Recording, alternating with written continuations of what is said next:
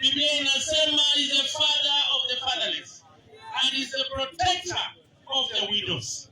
Mimi nikiwa Kristo wa Malwa nimekuja hapa kusema pole. Na nimekuja hapa na kitabu kidogo ya kusaidia familia na shilingi 20,000. Sisi tunajua ya kwamba uongozi unatoka kwa Mwenyezi Mungu. Mimi naomba watu wa Kinyoro mniweke kwa maombi.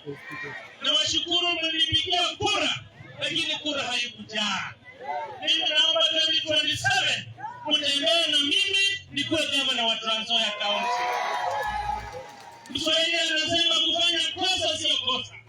Kosa ni kufanya nini? Unarudia kosa. Unarudia kosa. Hapa Trans Nzoia ni Kenya ndogo ya makabila zote. Tuko na Waluhya wako hapa. Tuko na Wakale wako hapa.